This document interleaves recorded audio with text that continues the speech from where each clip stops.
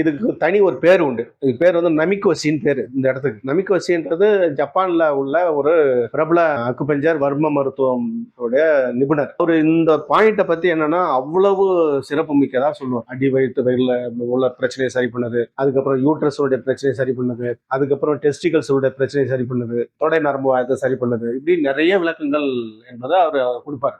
அவர் என்ன சொல்றது என்னன்னாக்கா, நல்ல நல்ல ப்ரெஷர் கொடுத்து வச்சு அழுத்திக்கிட்டே இருக்கணும். அழுத்த கொடுக்க கொடுக்க கொடுக்க கொடுக்க கொடுக்க உள்ள வந்து ஒரு உஷ்ண பரவல் என்பது ஏற்படும். இப்போ உஷ்ண பரவல் ஏற்படுது, ஹீட் வந்து உள்ள ஆகுது அப்படின்னா அது ஆட்டோமேட்டிக்கா எனர்ஜி ஸ்ப்ரெட் ஆகுது அப்படின்னு அர்த்தம். அது இப்போ எல்லா பிரச்சனையும் சரி பண்ணும் அப்படின்னு சொல்றாரு. இதுக்கு எப்படி கொடுக்கணும்னா, நம்ம சும்மா சாதாரணமா ப்ரெஷர் கொடுத்துட்டு அப்படி விட்டாலாம் வேலை செய்யாது. அவர் சொல்றது என்னன்னா, இப்படி வச்சு அழுத்தம் லைட்டா கொடுக்கணும், அதுக்கப்புறம் கொஞ்சம் அழுத்தம் கொடுக்கணும், அதுக்கப்புறம் கொஞ்சம் அழுத்தம் கொடுக்கணும்.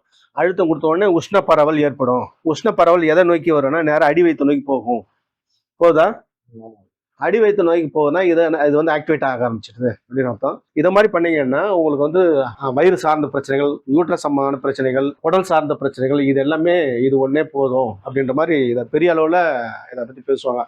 இதுல இருந்து அப்படியே இதுல இருந்து நேரம் இந்த இடம் ஒரு பக்கம் மட்டும் நமக்கு பிரச்சனை வந்து செஞ்சுட்டு விட்டுறக்கூடாது. ரெண்டு பக்கமும் சேர்ந்து செய்யணும்.